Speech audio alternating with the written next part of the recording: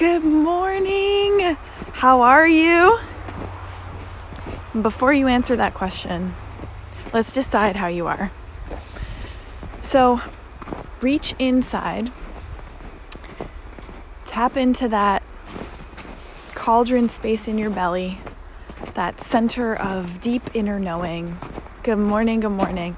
We are tapping in, deepening into our center, pulling from that center of knowing, of just how good we are, of just how supported, safe, fully resourced we truly are.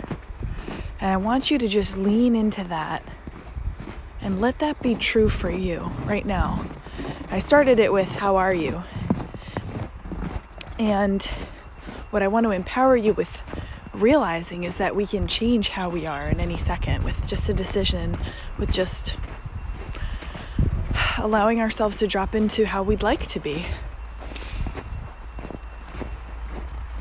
If you're struggling, if you're having what I call a crunchy time or crunchy moment today, I want you to think about one thing that you're really, really grateful for.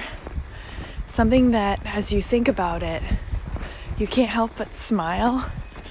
You know, like my dog comes to mind and her derpy, toothless grin, or the way her tongue hangs out of her mouth. What are you grateful for? And if you feel so, if you feel it, go ahead and put it in the chat.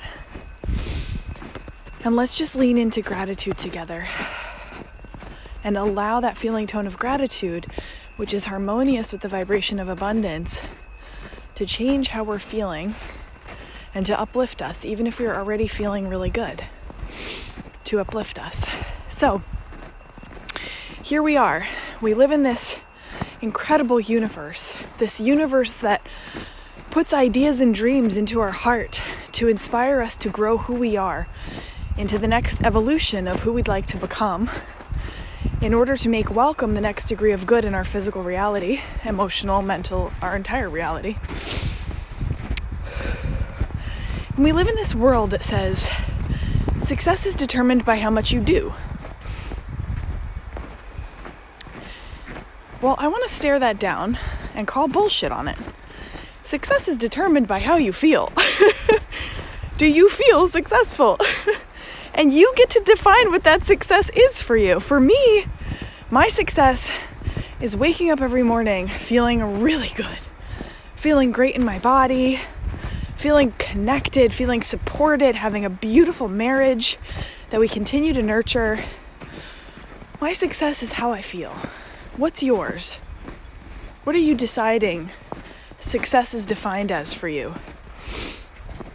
And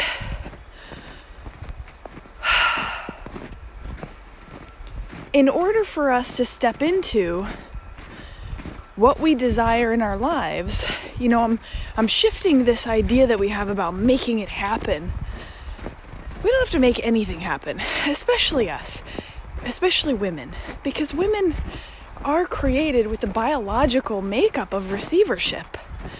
We are literally programmed to receive, and to remove the thought that we have to make it happen is step one, and start putting on making it welcome. So how does this translate in, you know, the quantum world, or because I'm talking what sounds like a lot of woo, but it's all scientific theory and fact. So we live in this field of energetic frequencies, of vibrations that are happening all around us we just can't see. You think about a radio, and that there are all these stations and channels, and when you turn the dial to the right channel, you hit that particular station. This is true of everything in this world, that there are different frequencies. There is every frequency around us. Every single frequency that exists, that has ever existed, that will ever exist, is literally all around us in this unseeable field. So really think about what that means, right? Because here we are, we're being asked to grow into the woman who's a match for the life that we want to live. That's what the dream is for us. It's like, okay, hey, I want you to have a new house, the universe is saying to you. Okay, well, who's the woman who has the new house? How does she wake up every day in her new house? Well, she's really happy. She's excited. She's excited to wake up in her new house because it's gorgeous and bright and spacious. You know, and apply whatever it is for yourself that you're leaning into growing, right? Relationship, job, health, you know, put yourself in this example. And so, in order to become the magnetic force that your dream now becomes, that your dream is now searching for you, instead of you going out there and searching for it, trying to make it happen, you vibrate at the frequency that's already existing out there. You just can't see it, and you become a magnet so that it looks for you. Now, I'm not saying that you don't have to take steps and, you know, put forth effort, but it's in a different way. Is this making sense? Am I communicating clearly? Let me know. It's in a different energy. It's in a different way. It feels more like ease, less like push. It feels like joy and freedom and less like heavy, ugh. You know what I mean? What is it that you are working towards? And can you feel, you might not, you know, like, can you let yourself believe, because it's fact, even though you can't see it, can you let yourself believe that there's an energetic frequency floating around you, and that as you become a match for it, you magnetize the experience based on the frequency? It's so fantastic. You know, we're reading, Justin and I read every morning for an hour. He's my own little personal audible. He reads out loud. I love it. And right now we're in the book called Becoming Supernatural by Dr. Joe Dispenza. And he's talking about these energy waves, right? And how there is an energy to everything. It's actually proven. It's beyond the physical. It's so cool. And he talks about this one, actually two studies. This one where this woman received a heart transplant from an 18-year-old boy who had died. I'm pretty sure it was a heart. Yeah, it was heart. And like a few weeks after she got the transplant, she's recovering. She starts craving like McDonald's French fries and chicken nuggets and like Snickers bars, and her daughter teased her because she like started walking with a man's gait, and she noticed herself becoming more confident and aggressive in asking for what she needs. So she later tracks down the family of this boy and finds out that yes, his favorite foods were chicken nuggets and French fries, and you know, that he was very confident with his asks, and whatever he needed, he voiced it. So, and then there was another study. This one's a little intense, so just to share that, I'm like, do I share this? Yeah, I'm gonna trust that you can handle it because I think it's really important. 10-year-old little girl receives the heart transplant from a 5-year-old little girl who had died. No, 10-year-old receives the 8-year-old. And after she gets the heart transplant and recovers, she starts having these nightmares where she's being murdered. And she goes to see a therapist. You know, her parents are really concerned. And the therapist is like completely convinced that this girl is having the memories of the heart transplant that she received, the girl who died. So they reached out to the police. They found out who the donor was. She was in fact murdered. They used this little girl's dream of the location, the way the man looked, what he wore, and tracked down and convicted the murderer. So, holy crap, there is so much evidence here that your body emits energetic frequencies of your experience, and that this energetic frequency that's not visible, it exists all around us.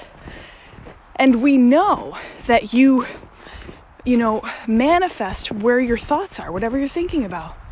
So if you desire to manifest a different experience, you've got to be changing your thoughts. So what is it that you want is step one. What am I thinking about what I want is step two. Am I thinking I'll never have that? Am I thinking it's too far away? Am I thinking it's too hard?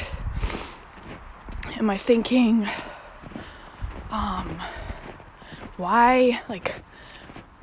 Why can't this be easier? And what can you change it to? So you're like, okay, the universe has this dream for me because it wants to grow me. How exciting that is. This dream is evidence that it's time for me to grow. It's time for me to step into the new. And so you start being really grateful for the dream. And you start operating as the woman who's living the dream already. Creating that magnet of pull energy. Pulling it towards you instead of feeling that push energy of trying to make it happen. You learn to make it welcome. That's my prayer for you. That you really give yourself permission to let this be easy. To fully embody that feminine wisdom that lives inside of you, that's just waiting for you to tap into it. And that you begin letting her lead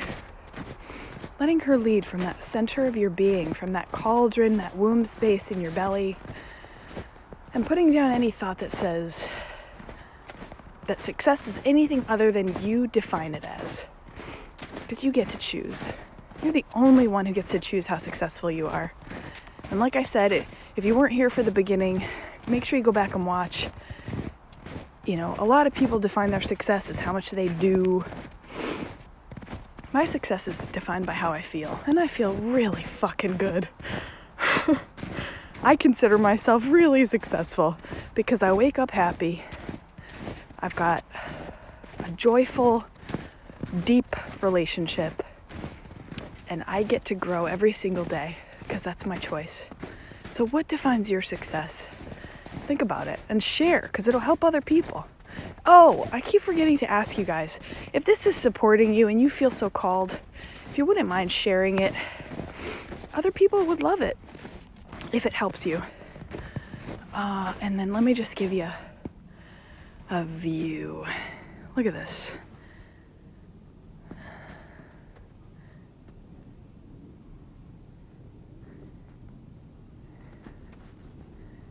Here she is in all of her glory. This great divine mother that's always beneath your feet. The ultimate receiver. Take a page from her book. Let her show you how to walk the walk. Okay, I'm gonna go on the rest of my walk. Blessed be. Bye.